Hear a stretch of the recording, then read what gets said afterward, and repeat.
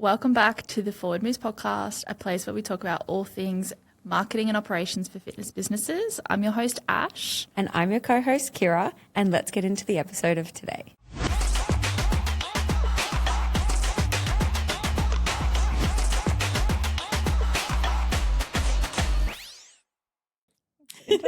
Welcome back, everyone. Today we have a very special guest, someone that's been around since the very start of our journey.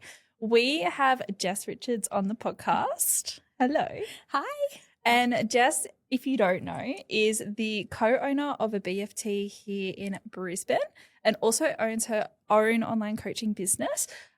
Previously a PT business? Yes. Yeah, but online coaching, lift workout. Yes. So welcome. Thank you. Thank you for having me. And I'm so excited about today's conversation. I feel like we've known each other online for so long, but like never met in person. And now we're finally meeting in person. It's so weird. Hey? With everyone, hey? Pretty much everyone. Like I've never met anyone in person. I'm like, oh, hello, we know each other, but we don't really know each other. Yeah. I'm like, you probably know every ins and outs of my whole identity, my whole business.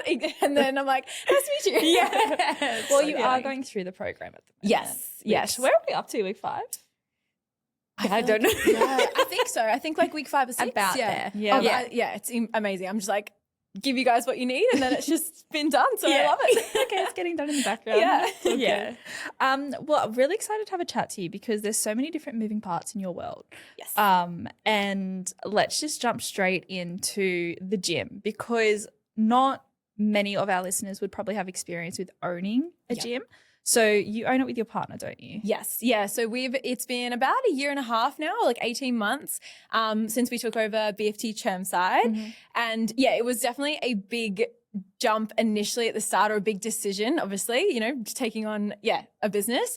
Obviously I still had my online coaching on the side, but that was a big thing even for us together to go into. Mm-hmm. I guess the opportunity came up, and it was either buy a little bit into one or go all in and just buy full Chermside and take it from it wasn't profiting at the time to try and grow it. So it actually existed before you bought into it? Yes. Yeah. So it was already there. Yeah. How does the franchise, like you don't have to talk about it if you don't want to, but how does it work buying into a franchise and having rules and regulations, but having your own area as well? So it is a little bit, it's sort of a funny thing because it's like it's our business, we own it, but there are certain limitations obviously with like HQ and the marketing side of it. The reason we decided, we kind of were looking at like a couple different franchise options, or do we just go start our own? I love the idea that BFT was already a really good establishment and the direction that it was heading. Mm-hmm. And actually, sorry to backtrack, Seth and I used to work in a different location, BFT. So we knew the model, we knew what the programming was. I really loved what they were up to, as a brand itself.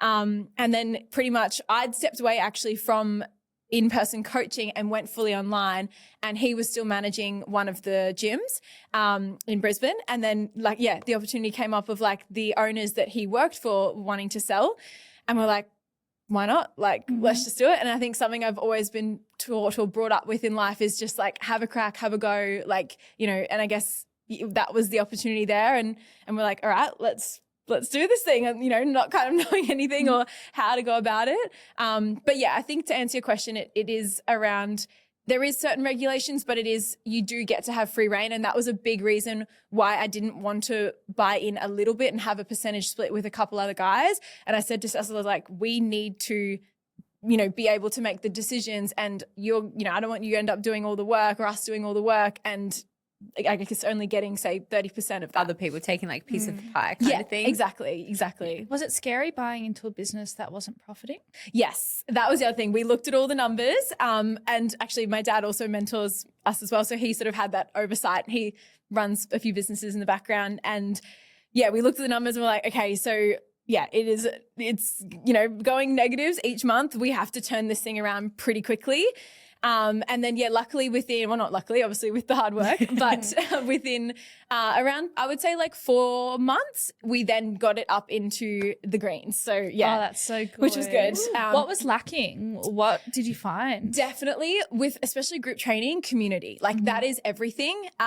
People do want results at the end of the day as well. And I think having really good coaching, really good team. So I feel like now finally we've got a very good team that we do work with, and our coaches are like, I'm very particular on the type of person that we hire. And I think even, I guess, any PT world, but if you're kind of like, yes, you can walk the talk and things, but you've really got to be able to like embody this lifestyle and lead by example. And whether that is, group training or in person or online, like it really is leading by example for your business as well. So trying to find people like that care enough about it.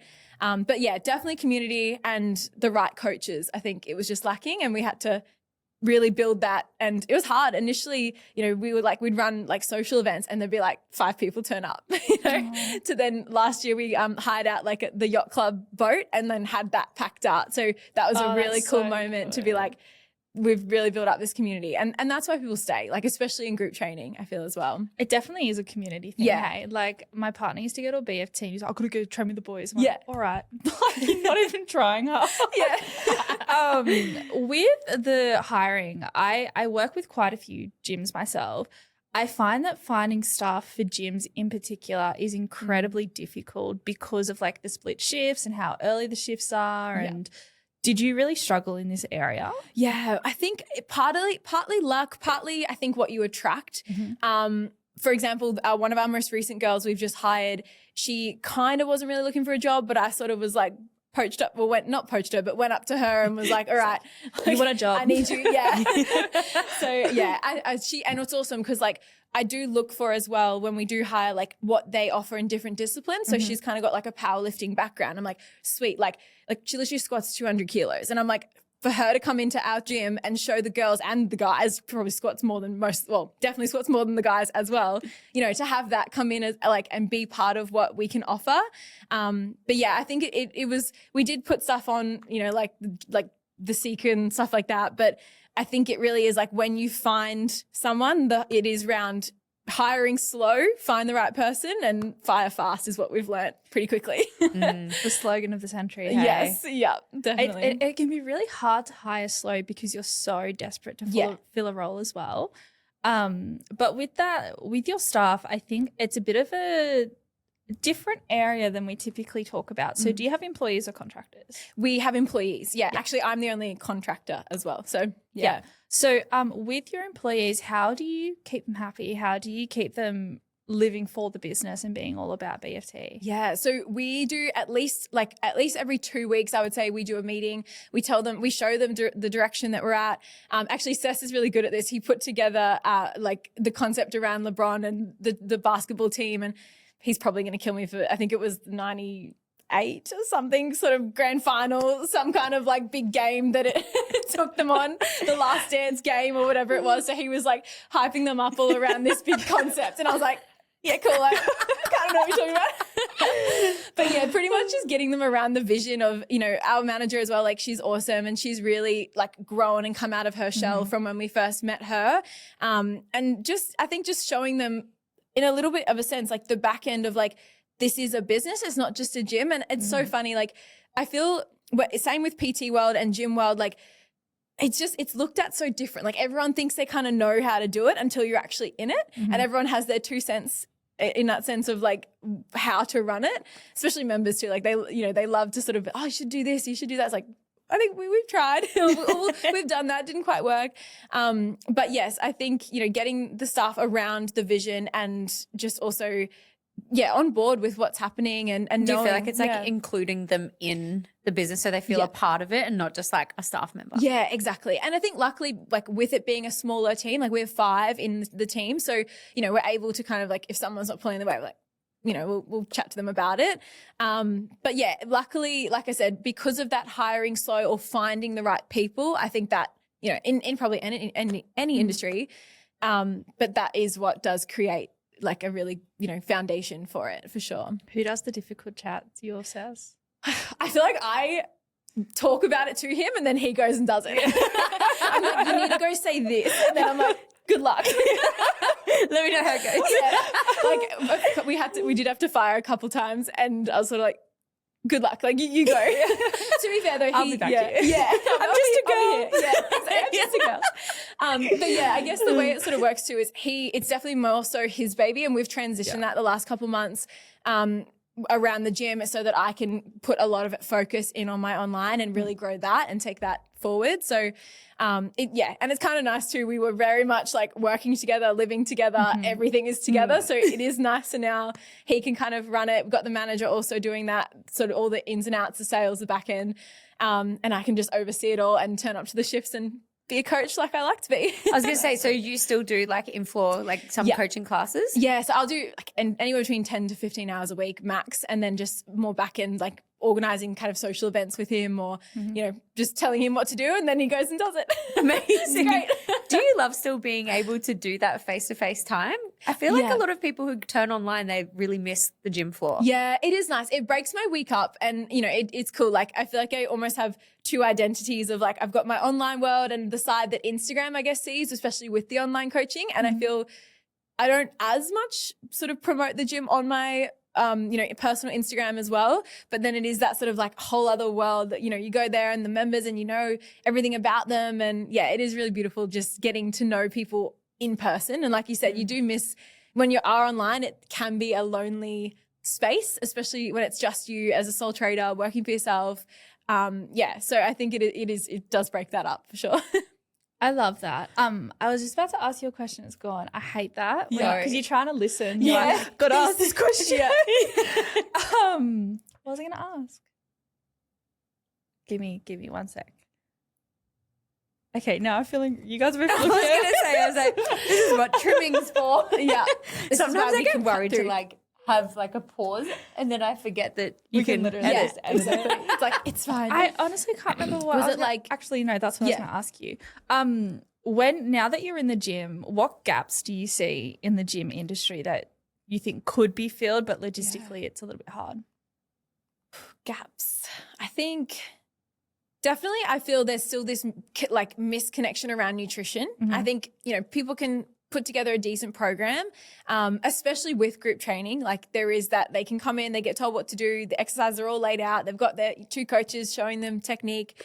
But there is this little disconnect on the nutrition side, which is why I think, you know, why I love with what you guys do help to offer, you know, with the guides and having that and giving your clients access to those kind of educational content. Like, yeah, that's been a huge game changer for my online space, and something we obviously are going to implement into Chermside as well, which will be really cool. But yeah. I love that. But your we should probably mention your BFT facility is huge. Yeah. Like double the size of any BFT I've ever seen. Yeah. What's like a normal capacity versus your capacity? So I'm trying to think. I don't even know square meter wise. I know that we are, largest floor space. I believe it is in Queensland, if not, sort of at least Queensland, New South Wales. But in saying that, so pretty much you have 36 per class. We do book over that sometimes too, so we do have to accommodate. Luckily our space does allow for that, so sometimes we'll just have to make do, and you know, we'll try and add like an extra exercise, or we'll have to like make sure that each station has 4 per station, not 3. So yeah, we are getting slowly to the point where our 5 a.m. and our 6 a.m. are fully capped. Like you have to make sure you book your week out in advance, which is really cool. And then definitely Saturdays as well. So yeah, it's just trying to accommodate, make sure everyone's happy, make sure everyone's being seen. We're really, really big onto, you know, making sure that when you come in as a client, you're getting seen at least, you know, a couple times throughout the session, especially with a big group. Like you want to make sure that you actually felt you got a bit of coaching, at least you got something out of it. And that, you know, is something we're really big with our coaches and showing them, like, you know, make sure everyone gets at least a couple touch points in their workout, a few, you know, technique change, or maybe they can increase the weight. Like it could be so small, but then they feel seen. I think that's really, really important as well. So that's really good. I love that. Yeah. And with that as well, what is wrong with me? Why am I losing my train of thought? It's like episode 2. You've done a few today. I've lost my train of thought, but I did on that topic, but I do have another question. Yeah. Sorry, I'm pulling apart BFT a lot because I feel a lot of people don't know what it's like to own a gym. Yeah. With BFT, I'm curious myself, and you don't have to answer it.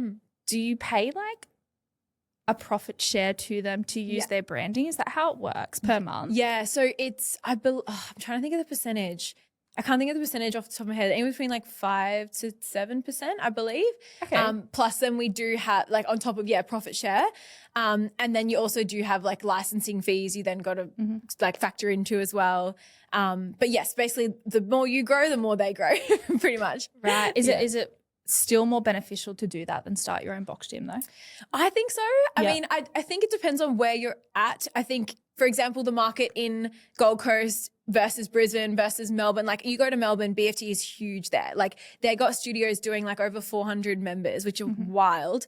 And then, Brisbane, most studios I'd say would be around the sort of 2 to 230 mark. We've just hit around that sort of like 235 mark, which is really cool. And we actually took it over and we're only at like 140. So, you know, in the space Almost of 18 it. months, it's really cool to see that growth.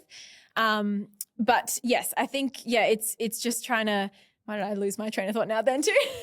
What was the question? It's kind of like your location, because obviously in Gold Coast there's so many independents up here. Yeah, exactly. And I think it is really finding what's needed in each market. Like, for example, you come to the Gold Coast, it's very fitness orientated. So they almost do want that, you know, girls in the keep that pump sets and the guys with their shirts off. You go to Brisbane and you did that, you'd be like weird. Like, so it's finding like the vibe as well. Like even, for example, our gym on a small scale, you know, I love wearing my like crop and shorts. Like that's how I train. I've always just sort of worn that, like, you know, love those sort of sets. But it was weird going into our gym and not having like a shirt to cover up. Like it was such a thing. And only now some of the girls are starting to like, you know, be comfortable. Like, oh, I can wear shorts. And I'm really trying to show them like that side as well and what they can be confident in. It's funny you say that, because I've had a chat with a BFT owner and he said, yeah, we don't wear crops and shorts. Yeah. Here. Like we cover up. And I was like, well, that is such a change of environment for us even. Yeah. Exactly. I think it's understanding, your market. Like, you know, as you guys know, knowing who you're looking for, like, you know, again, Brisbane, it's just a different clientele, even for the difference between Body Fit clients versus my online clients, like such a different profile, you know, like I guess with Body Fit, it's like they're the people who they want to come in and out. They're probably busy. They, you know, want to be just told what to do. They don't want to have to think about it. And they're a bit more, I would say, like general lifestyle clients. Whereas, for example, my online girls, they're a bit more like they've been in the gym.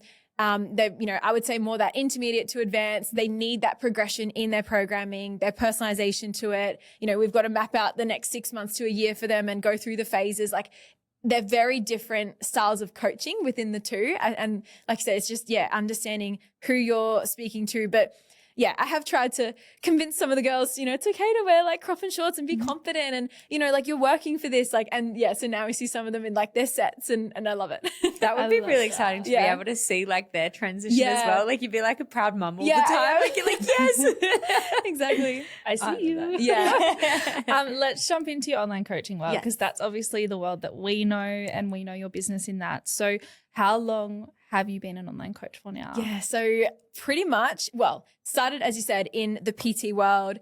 I actually started out doing group boot camps where I had this like big outdoor gym trailer. That was my first original idea with it all, and pretty much pitched it to my dad and was like, I want to start my own business. I knew straight away after school, I was like, I need to get my certs done and I need to work for myself, because I was like, I can't work for someone else. I just knew that. They've started off with boot camps and eventually then also did a bit of a hybrid of like in-person one-on-one and boot camps. But honestly, it's been 7 years in the industry now. So, you know, I sort of hear, like I've had a client say to me recently, like, oh, you know, it's cool. Like you look like you're doing so well and so busy and it's happened like so quick. And I'm like, this has not been quick. Like this has been 7 years of, you know, really putting the work, as you guys have literally seen me from, you know, I think it's been like at least 3 years, 4 years, maybe working with you guys of, back in the day, and just, like constantly working at it to finally now where I'm like, young Jess could be like, cool. Like we've made it, but it's more like young Jess would be really proud of like where I'm at now. And it's like, and I'm just so excited for what's to come as well. Yeah. So, you're doing really well. Your business has doubled in the last year. Hey? It's been a wild journey. That's so good. Do you love the online coaching? Yeah, that's where my passion is. Like that, you know, as much as I love the gym, as I said, that's more Sessa's baby now. Yeah. And the online is just where my eyes light up. Like I love that space for sure. Like, it's your baby, but I'm going to tell you what to do. Yeah, pretty much. You're going to do it. Yeah. I'm like, I'll just tell you and I'll advise you on little things, and then it's giving Kim, you're doing amazing, sweetie. Yeah. Good job, sweetie. I love that. So with your online coaching, you have been on such a big journey over the past 4 years. And I feel like personally, you've been through a huge journey as well, because For those who might not know, you've actually stopped competing now. You're done. Yeah, officially. It's the end of your journey. And it's so funny. I feel like I was so hesitant to just like even say it, like, oh, like I'm done. Like, yeah, long story short, for the guys that, you know, don't know the background, is like I've done 3 shows, prepped like I think 5 or 6 times, had 3 different, you know, shows called off through the COVID year. So yeah, really learned a lot in that journey and learn a lot around, you know, building discipline, good habits, you know, building it into your lifestyle as well. But I do think, yeah, pretty much I did my last show December in Bali, and I was like, this just, I love it, but not enough to like keep going. And I feel like my, in a sense, values have really changed into really just wanting to, you know, maintain a good, like wholesome, healthy lifestyle all year round. I thought you were about to just be like, just a hot bod year round. I was like, yes, slay. No, I mean, that'd be great too. I was like, love that. And then you're like, wholesome. And I was like, oh, wow, I was going the wrong way. I mean, exactly. Yeah. So you competed with FMG. Yes. What drew you to that federation? I think, I mean, like most of us girls, we saw the Rachel Dillon, the Hattie Boydell, you know, up on stage. Long story short, to kind of fully take it back full circle, I started out my fitness journey with a near-death horse riding accident, which I know Ash has a bit of background in knowing around. This was when I was 14 years old. And I think when you do go through a experience like that, where it's like, holy shit, like I almost died. And long story short, again, basically I was trialing to buy a horse and I got bucked off, unconscious, seizuring, and my dad, being a vet, has, you know, seen a fair few like lifeless animals in his life, I guess. And he, for the first like a minute, thought that I was gone. He was holding, Oh my God, your poor dad. Yeah. Well, poor you, but your poor dad. Yeah. And my mum had actually just got on a plane, flown to Phuket for a girls' weekend. So she's got all these like 20 missed calls from dad. She knew we were trialing, you know, a horse. I was horse crazy before the fitness world. And she got off the plane, saw all these messages come through and like just knew something had happened. And then, yeah, pretty much from there, I think, like I said, going through that experience, and this is, I guess, what led me into fitness, was I had to stop all my sport as a kid. You know, I really had to pull back and yeah, like I had to basically relearn to walk because I ended up with a bad back injury, which has shaped my whole fitness journey. Yeah, so you got into the health and fitness world by going through like a rehab journey first, right? Yeah, exactly. So yeah, had to start from scratch, you know, build my core up, like work with physios, and then sort of slowly get into strength training and see how that actually, you know, correlates really well with, building a strong foundational, like not just physique in terms of aesthetic, but, you know, to perform, to walk better, to, you know, be able to lift things and not go into a back spasm. Like I was in and out of hospital for a good like 3 years in the last few years of my schooling, you know, high school. Wow. And so I was just like, my thing was like, I just don't want to have to keep going through these cycles. Like I remember this one time I could go and deadlift like 80 kilos in the gym, and then I picked up a coffee cup and sent me into spasm and I'd end up in hospital. I was about to say you had a bad back last year. Yeah. So it's been like a chronic injury. I've just learnt to manage my entire life, and I'll have episodes where it just, for some reason, goes to shit. And Did posing affect that a lot? Yeah, it was like I was so sore always after. Yeah. And even trying to hold the poses, and even, to be honest, I remember like my posing coach, like I'd try and do the back shot where you lift your hips up. You really have to like push. And I'm like, I just could not do it. Like my back shot is not great because I'm like, I just couldn't do it. Like the way my sort of vertebrae, it's like my L3 to S1, like that lower spine, and my SIJ joint actually was stood on by the horse and rotated. So it's all like, you know, they say, God, Jess. Yeah. So when I was, the horse stood on you. Yeah. So it threw me and then like stood on me. And like I said, I was like very lucky the way I fell, because of the way it knocked me. Like, it stood on my, like I had a big bruise on my bum like the next day after the accident. I shouldn't be laughing. It's not funny, but I wonder why you had a bruise, like a ton animals. Yeah.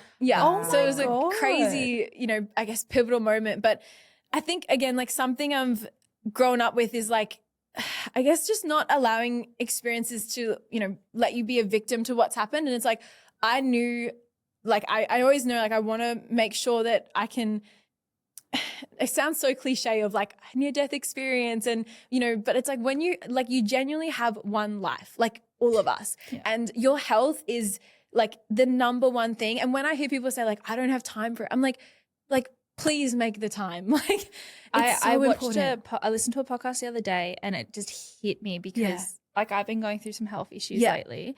And it was like, you know, you don't have time to do this, you don't have time to do that. But when your health is bad, what do you have time to do? Yeah. And I was like, oh my God, like I'm in the industry and like it still hits me when you don't take it puts it into perspective of how important, you know, and it doesn't have to be like 5-6 days a week bodybuilder style. Like it might literally just be, you know, a couple at home Pilates sessions, like whatever it is, but it's like your health, like I said, you have one body and one life, and you really, you know, that should be the foundation, and why I'm so passionate about it. Like, again, yes, aesthetics are there, you know, but it's like if you can get your body living, you know, as like a temple, like, you know, what you fuel it, what you train, you know, how it performs, how strong it gets, like that not just makes you feel good, but like you actually can then function. And like, it's something we can easily take for granted. And I think I really had a big slap in the face, when I was 14 and had to, like I said, I was literally in a walking frame having to like get the strength back. So, cause my back would just drop me on the ground and I couldn't move. Like,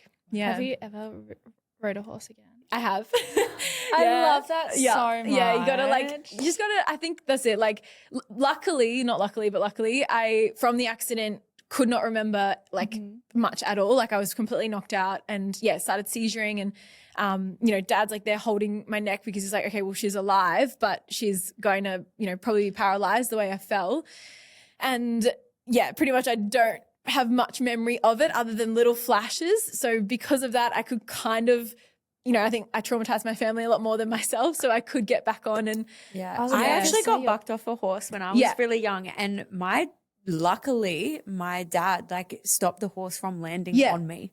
And I remember like laying on the ground and like seeing that horse above me, and it is a terrifying image. So like, oh man, I couldn't even imagine it like actually landing on you. But like props to you for like getting back on it again, literally falling off a horse and getting back on it. Like you are the saying. I'm like, just get yourself back there. But I think, you know, I guess I sort of look at that as a bit of a metaphor in life, really. Again, as cliche as it sounds, but you really do just like, something, it literally is a metaphor. Just get back on the horse. Exactly. If you fall off, you just get back on and keep going. Exactly. It's like, that is terrifying. So do you want to, like, I know this is off topic, but do you want to own a horse? Like, I have 3 horses. Really? Yeah. Oh my God. So I still ride, not as often. Like, again, my whole world was horses before fitness, like when I was younger. Riding. Yeah. They're just beautiful creatures. Yeah. They're like healing. They are spiritual, aren't they? Yeah. The most spiritual and my animal. big thing this year is actually getting back to my roots a little bit, and and I feel like I almost want to be like complete beginner, like take me back through all the basics and everything. But get back to riding, because I'm like, someone asked me the other day, like, what are your hobbies? And I was like, I kind of like fitness. So I'm like, I need to do some other things. I like that. Got to disconnect yourself from work a little bit. Is that really hard with doing the thing that you love? Like, you know, for example, like we work in fitness, but we don't. But we still have it on the side. Is it hard doing both at the same time? Yeah. And I think as well as, you know, like, my partner and I, like Sess and I, fitness, like we gym all the time, you know, our life, like everything is so fitness orientated, which I absolutely love. Like it is, a dream to be doing that as, you know, as a career, and to even be able to like say that. But I do think my big thing the last sort of this year of New Year's resolutions is get into doing some other things. So I've started doing those like heels classes as well. You know, the like confident. I'm terrible at it before. But I'm like, it's so fun. And getting back into riding so that it's like things that can also switch your brain off from like work mode, because I think that's really important. I think being able to switch your brain off work mode allows you to be better in work mode. Have you found like a bit of a shift in your, not like quality of work, but like how much effort you're able to put in and like thoughts that you have around your business? Yeah, for sure. I think like, especially again, a big focus or shift I've been trying to make is I love the whole like masculine and feminine sort of like work, and trying to, as we were talking about off air, but, you know, allowing yourself to have, you know, moments of like when you're going to do your self-care, when you're going to get your nails done, you know, like space away from the business. And I know like when I have that, I have so many more ideas. Like, Ash would get me, I'm like, so this is my next idea. They're coming through. It's like I log into Insta, it's like, I'm like, this is what I next want to do. And that's from having, that space so that you can just sort of flow a little bit more. And again, probably a little bit spiritual, but I find when I do that, like more leads come in or business gets better because it's like I can just breathe when I'm really heavily in my masculine and like so focused on ticking all the boxes. Like it's like nothing sort of, it's like hitting against a wall. I don't know. Yeah. I can 100% agree to this. I used to think energy was really woo-woo. Yeah. Until I started getting my own energy under control and it completely changed the business. Like, and we say this to customers all the time and I feel like they probably think it's a bit of a cop-out on our end, but it's like, if you have a scarcity mindset, you're not going to sign clients no matter what strategy I give you. It's not going to sign a client. Yeah. And I feel like they probably think, well, maybe strategy just doesn't work. I'm like, trust me, like get your energy under control and like do what you can to bring out that, what's it called? The not scarcity, the opposite. Like the abundance of it. Abundance mindset. And leads just come out of it. Oh, exactly. And I think, and as you said at the start, like, you know, from my business doubling in the last year, that's like honestly probably what I put it down to is the energy. Like I feel like for so long I was almost just butting up against a brick wall of like it just like, yes, I had things going and you guys know me, I'm always like, I'm trying to make sure everything is lined up, everything, all the systems. And that's what I was like, I'm just going to hire you guys to help me with it. But yeah, I think it's like, if you can just like breathe for a second and, you know, that's why I'm so big on like my walks every single day, like just having those routines, but also like flexibility in the routines, like they're there, but to allow you to breathe. Like your routine shouldn't be something that's like, you know, so like tick, tick, tick, like make sure it's happening. It's like, it should just like when I think of routine, it's like slow, like just slow because I can be very, very fast. I feel like at first you feel like you should be working lots in your business and you can't take a break. And you've implemented like your self-care things. Yeah. How did you help to feel less guilty around taking that time for yourself? Yeah, very good question because I'm still trying to figure that one out. I think, it really is, I guess, scheduling out your week, you know, and making sure it's like, okay, I'm just like, I've really implemented, like I said, my Thursdays is my slower day, you know, yes, I'm still probably messaging clients here and there, but it's my appointment days. It's my days that I like fill my cup up. I can move it slower. If I feel inspired to do content, I can do that. Like, you know, it's sort of, I try and allocate at least a day in my week where it isn't as like sit at my desk and just constantly working, which is most of my other days. And then I always on a Sunday, like my clients know, like I just don't contact me. Like it is my day. It's my, you know, Seth and I as well to connect, family, like all of that. So yeah, I think it's like really setting out those boundaries and having days when you do certain tasks, I think helps because then you're like, okay, sweet. Once I recharge on Sunday, I'm actually excited for Monday because I'm like, I have that day to get into it. How have you found not competing anymore and going through preps? Have you found that that's impacted your business in a positive way, like energy wise? Yeah, I think I've always had this, everyone sort of says like when they come to my page, they get this like wellness vibe. So I feel like I've always loved that. And I think it's just helped highlight that a lot more. And yeah, I think the thing was what I came back to and why I sort of came to my decision is like, I am really big on getting out of the all or nothing mindset. And that's what I teach my clients. And I'm really big on like, you know, you can, enjoy a meal out in your week and still, you know, train like an everyday athlete throughout the week. And finding that balance between the two is what I'm like so passionate about. So it's like, you're still tracking your macros, let's say Monday to Friday, but then Saturday you might go out for breakfast and you might guesstimate it, or you might have a meal that you're like, I'm just going to enjoy this and be present. And there's no guilt attached to that. And I think it really is just, it's sort of trying to get that to come through a little bit more for my audience is more of my messaging. And, you know, when I was competing, it's just, there was lots of it. It's funny. I almost felt shamed for myself on posting too much around my prep, which is really interesting. Because it was like conflicting what you preach. Exactly. Yeah. It was really conflicting of like what I tell my clients. And I'd sort of be like, so yeah, don't worry, you know, it's not like you're in prep, so you don't need to worry about this. And like, I'd almost have to justify like why I'm so extreme on this end. And like, you have to be in those seasons. But yeah, it's like, I felt this guilt of like, but this isn't what I embody. This isn't what I value. Like, this isn't what I want to embody in life. Like, yeah. I remember you saying at the back end of your prep, you just didn't feel aligned with getting on the stage anymore. Yeah. You were just I was just like, it was just, I think for me, again, I love the, like, you know, training hard. I love eating well, you know, it's like, but the glitz and the glam side of it and the getting on stage side of it, like it's just, I think I've just found it's just not for me personally. It's so fun. It's such a good day. But yeah, I think it's just, I think I could just sort of like strip it back and sort of, I put it on this big pedestal for so long. And then when I did that show, actually was so stressed the night before of my Bali show in December. And if Seth had said to me that night, he was like, do you even want to do this? I would have been like, nah. And I would not have gotten on stage because I was so just like, you're so depleted. You're literally, I was on 1,000 calories a day, like wild. And the side that people see fitness and, they see like comp prep and they're like, oh, it's so glamorized. Like they look amazing. But it's like, you literally feel like shit for like at least 6 weeks out leading in. You know, I was doing 60 minutes of cardio a day on the stairs, plus 4 to 5 weight sessions a week, plus on 1,000 calories. Like, yeah. And running a business and running 2 businesses really. Like, yeah, it was just a lot. I feel like it's definitely coming out now more that people are showcasing like the downside of it.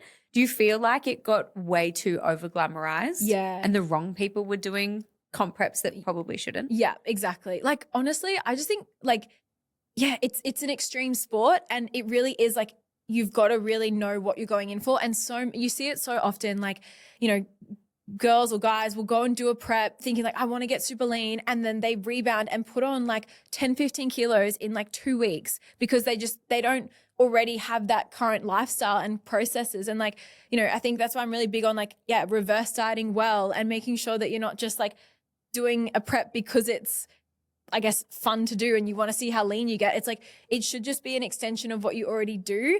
However, yes, you need to know like there is this real unhealthy side to it. And I think you don't really know, even post prep, like I honestly feel like it's been 2 months now and I feel like finally the last like couple weeks, I'm like finally getting past the post comp blues and, you know, getting used to like not being as lean again. Like that in itself is like, it's just like a year round journey and knowing like, if you're going to do a prep, like please know what you're going to go in to do. And I think most people, like if you want to get lean, like go and do photo shoots. Like they're so fun those days. There's no, you know, expectation. Like for example, I literally looked my absolute best for, you know, in Bali in December and I got on stage and like, it's then up to these people in front of me of like, whether it's good enough or not. Like it's objective. Yeah. It's exactly. Yeah. How would you describe post-comp blues for somebody that doesn't know what it feels like? So it's honestly like so much harder than the prep itself. And I feel like no one quite, like you said, understands unless you go through it. It's just this like, you know, if you can imagine like you through prep, you know, your weight's dropping all the time, you're losing weight, you're looking amazing. Yes, you feel like terrible, but you sort of like justify it because like, it's right, like a new low today. And sort of like you're getting these constant dopamine hits. But look at this new line. Yeah, exactly. Yeah. Like, you're just getting these dopamine hits the whole time and constant praise as well. Like, oh, you look amazing, like all the time. Then you do the show, it's this big lead up, peak week, everything, and then it just stops. And that's it. And, you know, and then it's like, okay, now I've got to figure out, okay, I can kind of eat out now, but I kind of can't. And I can, you know, I can enjoy food, but not too much. And people, it's all the comments like, now you can just eat whatever you want. And you're like, no, like, you know, I'm still like, I've, you know, finally got my calories back up to a maintenance. Like I've slowly reversed. And this is 2 months or 12 weeks post comp, you know, and I think a lot of people just jump back into like, I'm just going to go back to how I was before prep and it's like your body is so sensitive. So you're watching it, reverse and put on a healthy amount of body fat, making sure it's not too much. But then you like body dysmorphia is such a thing. Like I can't explain. Yeah. How have you found coming out of it now, mindset wise, how you feel about yourself? Has that been really hard? Yeah, it definitely is. And I won't lie, like I'll have moments of like, you know, even let's say a month ago of like, I'll look at myself in the mirror the morning and be like, oh my God, I look like I've put on 10 kilos. And then you get to like the evening, you're like, oh, actually I'm all right. Like, or like vice versa. And like I said, it just, your mind just plays tricks on you and you go into this spiral. And this might be a broad statement, but I genuinely think if you're a bodybuilder and you haven't experienced body dysmorphia, like you're lying. Because like, I just think it is something that's, you know, you're so conditioned every day to look at how you're looking, what you're weighing, you know, what your food. Yeah, you focus on your body for a full year. Basically. Exactly. And then you just, then you got to switch it. And it's like, you've got to transition out. And I actually remember like I definitely relied on journaling a lot and still do, but posts, like I was like, I need to just get these thoughts out.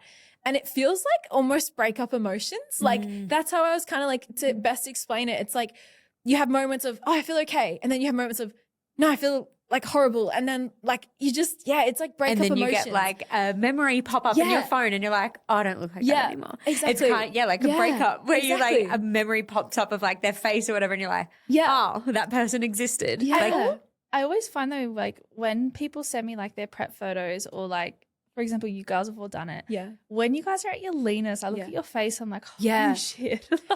Yeah. And it's funny you say that. I actually don't like how I look. Like I reckon like 4 weeks out and then leading in. Like I remember like I took a selfie with a girlfriend and like she's just normal, healthy. And I looked at myself, I was like, I actually don't like that photo. Yeah. I was like, I don't like how I had no face. Yeah. Like your cheekbones and like it's like sunken. Exactly. And even that I think's helped me come to the conclusion of like, I just like, I don't actually like that look. Like, yes, you want to feel fit and healthy and feel good and confident, but that is like, you've just got to get to the next extreme. Like, and like you said, your face just goes. I kind of want to touch on this topic. It's kind of in alignment with what we're talking about. How do you feel about the whole 2000s skinny coming back in as a trend? Because it's coming back in. Like, there's low top jeans, there's little skirts, there's Ozempic, and like leanness is starting to be a whole go thing. up because I feel like there's a lot of negativity at the moment towards the body positivity movement because again it went too far. So like what's your thought? Have you been noticing it? Actually it's funny you say that. So my sister, she's just about to turn 18 but it's a whole different world of their generation as well. Like she's in year 12 and she's like I hope she doesn't mind me saying this, but she sort of was like, oh, I just feel like the boys just like they want the skinny girls and it really is this whole TikTok focus. I know, and it broke so my heart. And she's starting her own she's actually doing my challenge, which is really cute. So she's starting her own like fitness journey, and I remember I was around her age when I first sort of started in the gym and figuring it all out, and I'm really trying to teach her like really like focus on being strong and being fit and healthy and like nourishing your body. But it's so sad. And I think the added pressure of social media and TikTok and all of that like definitely feeds into that world. I think you've really got to find like what not that it's all about aesthetics, but what you want to focus on, how you want to look yourself in a healthy version, and trying to like, I guess, figure out like a big thing is coming back to like, what are your goals and what is your why? And not just to look like some skinny girl on TikTok or whatever, but it's like, like what is so much more empowering. And I guess we have seen a development in the fitness industry with women, they're now in the gym, they understand they've got to lift weights. Like that's been an awesome movement.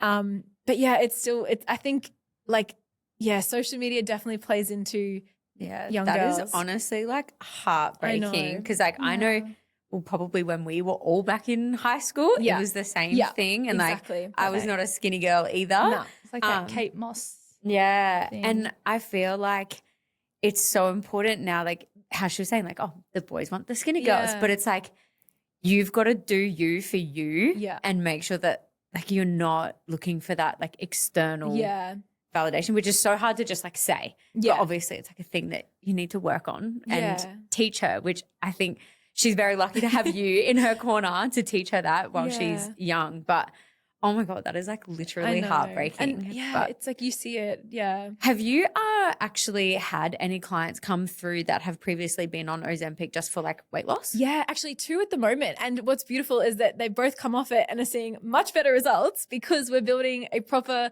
lifestyle around it. It's been a bit of a transition for them. I know that, obviously they've got to manage their appetite and things like that.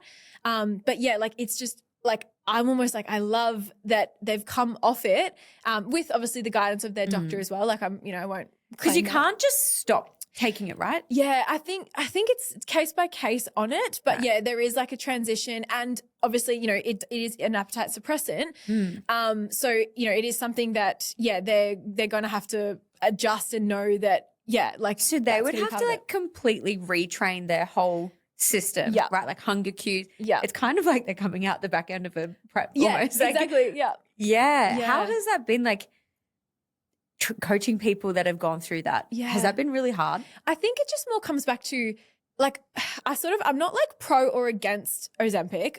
I think it's like, for example, if you're a really like overweight person, like I fully get there's a time and a place for it, but it's like, can we lead that into a more proactive health approach and get them doing these things alongside it? Or, you know, like just, I feel like the care treatment plan probably does have a long development. Not that I'm an expert in the medical industry, but you know, it's like, there is this like, can we, like for example, my client that has come off it, you know, she did actually lose like 20 kilos on on it. And then now she's lost another 10 coming off it, and we've continued on.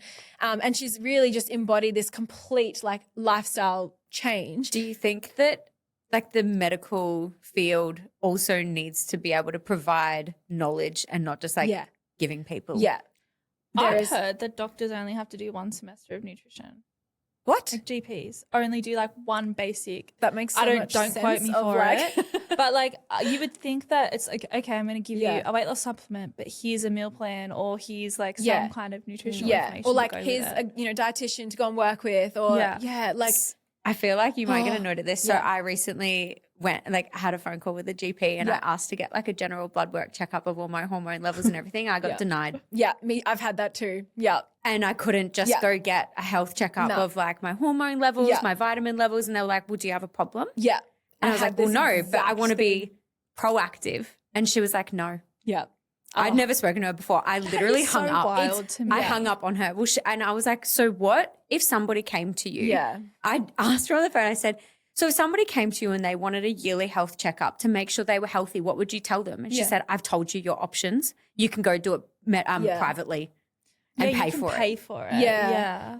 It's, and she it was grinds my gears. rude. And like I think one thing, my dad's sort of in the industry of he's trying to bring in healthcare, like allied health practices together to literally try and answer that question of, or trying to solve that problem of like, you know, the proactive health and having a team of people together. But yeah, I think it's always the conversation, like women's health and GPs, like, yeah. Oh, I'm really mad if I keep talking about it. Like, we only just started doing like medical testing on females in how long? Yeah. And how about you stop giving us the pill? Yeah. Just because.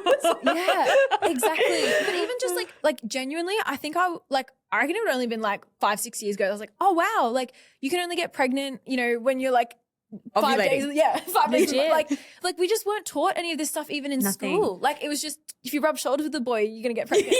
And you know that it's crazy. We know so much because we're in the industry. Like we're privileged to know this much stuff. If you go to the everyday person, they're like, if you've got a bad period, get the pill. And it's like, just the Band-Aid approach. I literally said to someone, one of my sides is like 28 days and the other one's 31 days because they go 1 for 1. Yeah. And everyone was like, what? And I was like, yeah, it's like 1 for 1. Yeah. Like one month, like the other month. And they were like, I didn't know that. And I'm like, there's just so much basic knowledge that just isn't known. I think the biggest thing I would say to any woman listening, like please start tracking your cycle. Like just as a general, like, you know, you want to know, when you're ovulating, like when is your period due? Why do I feel like shit the few days leading into my period? Like understanding just the basic on it is like, you know, and then tie that into your training, like 100%. But like I just think unfortunately as women, we have to be our own guinea pigs. Like, I'm laughing because I was like, because I didn't track it this month. And I'm like, that's why I was so mad yesterday. You're like, what's going on? I was going to say, on the topic of Ozempic, do you think it's going to start getting used in untested federations to help get them to stage? Because it's an appetite suppressant. Yeah, obviously. Actually interesting. I mean, to be fair, it's probably not that far of a stretch from, like the normal pets. Yeah, the roids and things, to be honest. So, I feel Can I ask you, were you a completely natural athlete? Yes. Okay. Yeah. Yeah. I was like, I think, it's more, I think for bikini, you don't have to like, you shouldn't have to go on things. I think, I fully get though, like in you know, when you do have to put on, like same the figure girls, like I don't think I know any figure girls that aren't natural. That are natural. And I think there is a line of like, again, like they're athletes. And that's probably where I did come to my conclusion of like, to continue on in this sport, that is the road you have to go down. And it's just, I'm like, I'd just rather like work with what I've got, you know? Did you like the dress round, or like, are you annoyed now that you're like, damn, I wish I was there when they didn't do it? Yeah, no, I think I'm glad they're taking it out, because I think it's like, it gives it too much of, again, like the pageanty vibe. The show is just so long. So long. It's so long. And you're like, okay, cool. Like, I like your gown. But yeah, it's like, really, it's a bodybuilding show. Like, I think we actually went to one of your shows 3 years ago, the MA team, and you were on stage. Oh my gosh. Yeah. And that show went for like 5 years. Yeah. It was a long time. It's so long. Do you think, have you only done FMG? Yeah. Like WBFF, FMG now. How did you find, do you think that people don't know how much it costs to go in FMG? Yeah. So I like probably should track my budget a bit closer, but I think I spent roughly around 15 to 20K on my last prep. Like, on the one? Yeah, on one prep. Yeah. That is so And you've competed 3 times and prepped like almost 6. Don't remind me. So how much experience? Literally. That's a lot of money. Yeah. Like bikinis alone are like $5,000 or something. Exactly. Yeah. They're anywhere between like 2 to 5 depending on, and then, you know, the fitness girls have the big wings and things as well. So that I could not imagine. I don't think people realize that you don't win anything. No. I think it's like $1,000 if you win your pro card, maybe. Yeah, if you win your pro card, and that is like what, one person in each category. Yeah. The pro shows have been like lethal lately. The condition of the pros lately has been insane. Exactly. And that's it. It's the level of like, where the standard of where you got to get to is like hats off to them. Like, you know, these guys are literally the 1%ers. But even that, it's like you can get really caught up in this world of like, you know, beautiful, very fit people as well. Like that. Yeah. And then it's so funny, you know, you go to like normal gyms and it's like, oh, like it's just, it's such a big contrast. This is what normal people look like. Literally. Did you notice a change in your business of like what clients you were bringing in when you were competing versus not competing? Yeah, I think people love a journey, and I think that did help or contribute to, you know, why girls were acquiring as you get leaner. I think it's the industry we're in. Like it really is you are your marketing billboard in that sense. And, you know, part of it, I believe that like, yes, you've got to embody what you practice and, you know, practice what you preach. And, you know, you can't just, I guess, tell your clients to go and train 5 days a week and you're like, I don't even get myself to the gym. Like, so yeah, you do have to have that. But yes, and I think now, again, I think I did try and sort of separate, because I sort of knew like the way I like to coach in that, like, let's really build your lifestyle, because that's what's going to serve you so much longer than, you know, these real quick fix type mentalities. So yeah. Do you think that some coaches might compete for the wrong reasons, for just to build their business? I think there's definitely that aspect. I think it's more the wrong reasons around their own self, you know, that needing that external validation potentially, or, you know, really liking the way they look as like the lean physique, or working towards that, or needing like, that external motivator to get them to a certain point.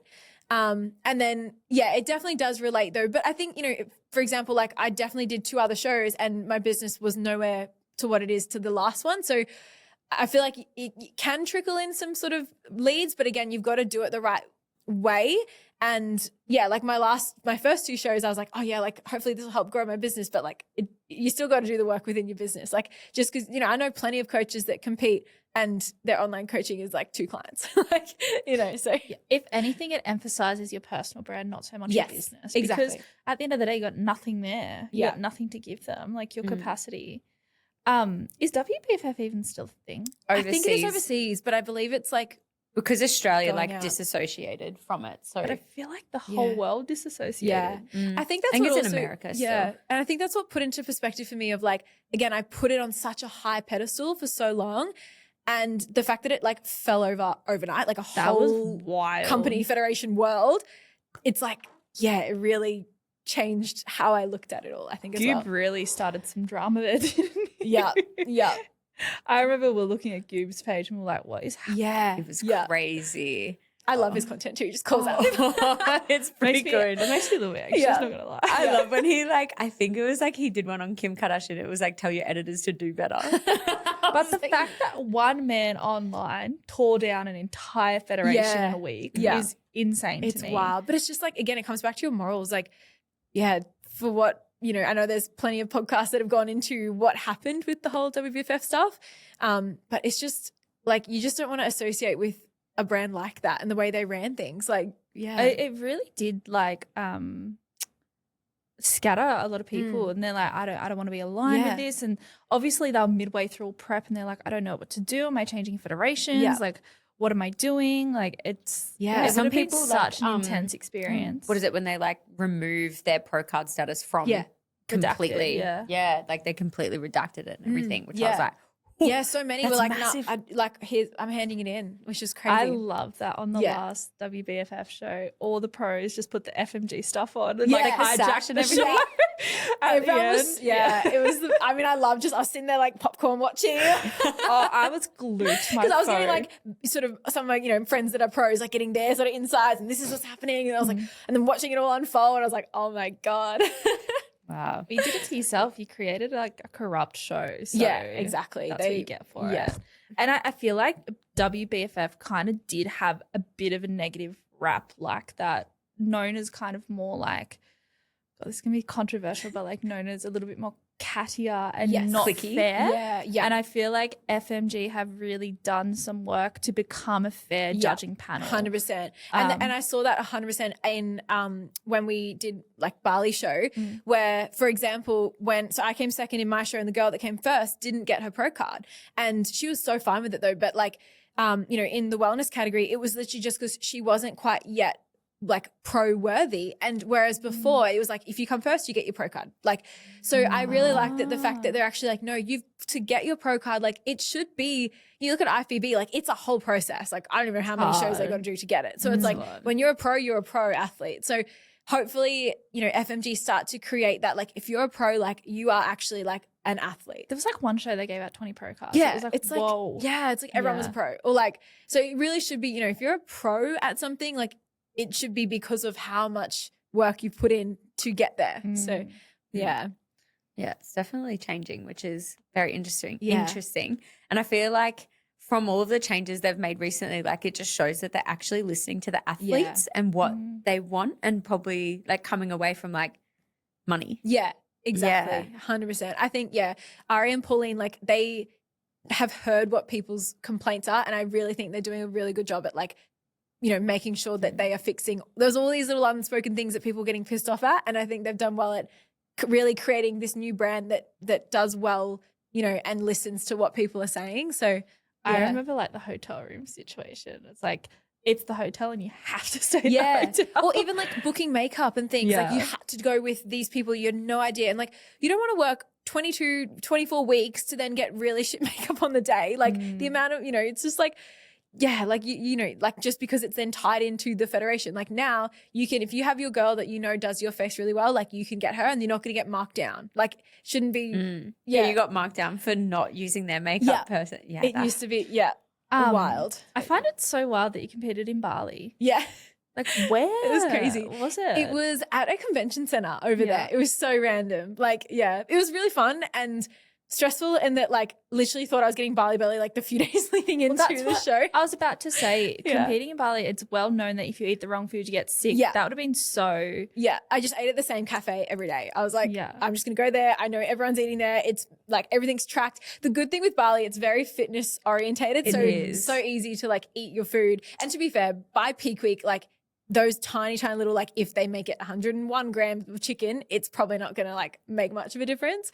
So I feel like, but it was just like, I just wanted to like, I guess finish on a high, you know, hopefully get a placing, which I was happy to, and compete overseas and be like, tick that off my bucket list. So I was like, let's go to Bali. Do you have many clients come to you wanting to compete? I think it's because I market that differently. I do have like one or two girls that longer term. And it really is just, I'm really big on showing them or telling them, the backside of it. Like I said, you know, you like the ugly side in that sense, so that they hopefully have all the perspectives on why they then want to compete. I feel like it's something where I just more love, like, I probably personally wouldn't go into comp prep coaching myself. And like I said, I'm sort of stepping away from that side of the industry and just focusing on girls who are like, you know, really, you know, I guess they've been in the gym, maybe not quite seeing the results that they want to. They need that structure and they want to create this physique they can be proud of and perform really well and lift heavy, you know, but it's like probably not so that next level of I want to like take my body down that path. Yeah. And I know you're really big on mindset. Is that something massive that you try and make sure that they're ready for before they step into that world? Yeah. And I think it's just understanding, like I said, the whole picture of it, knowing that's like you're probably going to at least have to be like doing a build for a minimum like a year prior. If you're not already tracking macros, like you got to know that. You got to know how to, you know, go out and guesstimate. And then you got to stop eating. Like I did not eat one meal out for 24 weeks, like, you know, at all. And luckily for me, I don't drink alcohol in general. So that wasn't much of an issue, but it's like the social events you miss out on. Like even just the pressure on relationship, like even for Sess and I, like we know that for this season and like love him so much for putting up with me, but it does take a toll. Like, you know, you can't just go for nice dinner dates anymore. Yeah. And like, I feel like you're so irritable already. Oh, yeah. So like tensions are high and like libido goes down. And like, I feel like thinking about the other, like there's other people to think about it. Like it's such a selfish 100%. sport that there's so much to think about more than like what people see. And like when I said because my family actually came over to Bali as well. My sister surprised me. She was living in Amsterdam. She's like, I was like, oh my God. And I told them all, I was like, yes, I think I'm done. And they were so happy. Really? They're like, they don't even live with me anymore, but they're like traumatized from comp prep. Like my family was similar. They were like, okay. And then they had to like get used to me saying yes to me food again. They'd be like, oh, are you eating with us? And I'm like, yeah. Yeah. You're like, it's fine. Oh, okay. I just didn't know anymore. Yeah. It's so funny. Yeah. Like it's great. Like if you do have the support around you and like, I could imagine how much harder it would be if you didn't have the support, but 100%. it is funny when you say like, yeah, I'm done. And people are like, oh, thank God. They're like, oh, I can deal with it now. And hats off to Sess because he like, and I feel like I'm, you know, pretty self-aware to sort of be like, all right, I know I'm just, you know, being cranky. So I'll just go like, take myself for a nap. I'll tame it. But I think, like, you know, I could not do it without his support. And my family too. Like I'm so big on my family and like my dad runs ultra marathons. So they kind of get the like competitive side and we've been brought up to be quite competitive. But in that same sense, I think, I'm going to have to find my next thing that kind of helps scratch that itch now, I think. Yeah, that is hard, isn't it? Yeah. Like finding, because you can just like enjoy it in general. Yeah. But do you find it hard, like not having a goal to work towards? Yeah, it's funny. I'm actually doing High Rocks this weekend, right. But it's very, like I'm, you know, very unprepared for it. So we'll see how we go. Maybe, you know, see if we go down that path a little. I do just love my roots. So like I love just general strength training, like booty building kind of sessions, you know. So I feel like it is this, as I said, like the everyday athlete is really what I want to create within myself, within my clients, where yes, you can still socialize on the weekend, you know, but you probably more so love like your hot girl walks as opposed to like drinking on Saturday night, like that kind of vibe. Yeah. So go home early. Yes. Oh, early dinner and early bed, like I'm there. Like yeah, I love that. Yeah. I'm such like are you a sunrise person or a sunset person? Oh, I like both, but I love a sunrise. Like I'm You are a sunrise girl. You're like a 4 a.m. around. Yeah. So for work, I have to get up at 3:50. I got up at 4:30 this morning and chucked a tantrum. Yeah. That's my general alarm. It doesn't get easier though. If it's a 3 in it, it's like, oh yeah, 3's rough. You know what the worst is? If I wake up and Callie's awake, I'm sweet. Yeah. She was snoring and I'm like, this is not right. Oh, yes. So our dogs are like boyfriend, girlfriend, like Callie and Bentley, because Ash looked after Bentley. And like, but I get up in the morning and it's so funny. We'll take Bentley to work with us to the gym. Like he's a little mascot at the gym. Everyone loves him. He like steals everyone's towels too. So you just know, don't wave your towel in front of him. He'll grab it. But he like, Sess and I'll get up to go to work and he literally jumps back in bed, puts his head on the pillow and he looks at us like, I don't want to go work. Like, go away. But they're literally like little characters, aren't they? Like they're the best things ever, the dogs. Like, biggest characters. They have to see each other soon. Yeah, I know. We need a little play date. Yeah. So this has been a really great chat. We do have a question for you. So what area of your life are you currently making moves? Ooh, I love it. Definitely the business, the online, especially with you guys as well. I'm so excited for the growth in that. I feel like I've kind of almost reached capacity within myself. And I know that, you know, having the right systems, there's definitely some things where I'm like, I'll tell you girls, I'm like, so how do I just do all this myself? And you guys are like, Jess, there's a much easier way to do this. So yeah, getting all of that, making moves on that and really trying to like set up a really good, you know, foundation there and keep growing the community in the online space. Amazing. And then is there anything else personal wise that you might be making moves in? I mean, I sent Asha a little Instagram message around doing retreats. So yeah, I'm definitely keen to open up that space and make it more, around strength training technique. Obviously we'll do the whole, you know, the wholesome things as well, but I guess more, moving towards that and getting girls together and really celebrating like strength and confidence. And that's the vision. Amazing. I love that. Yeah. I love that so much. Well, give yourself a cheeky little plug. Where can people find you? Yeah, so Instagram's probably the easiest. So Jess Richards Fitness, and then everything else is linked on there. My business is Lift Workout as well. But yeah, that's probably the easiest. Perfect. Thank you so much. Thanks for having me. And thanks to everybody listening as well. Thank you for joining us again. And we'll see you next week.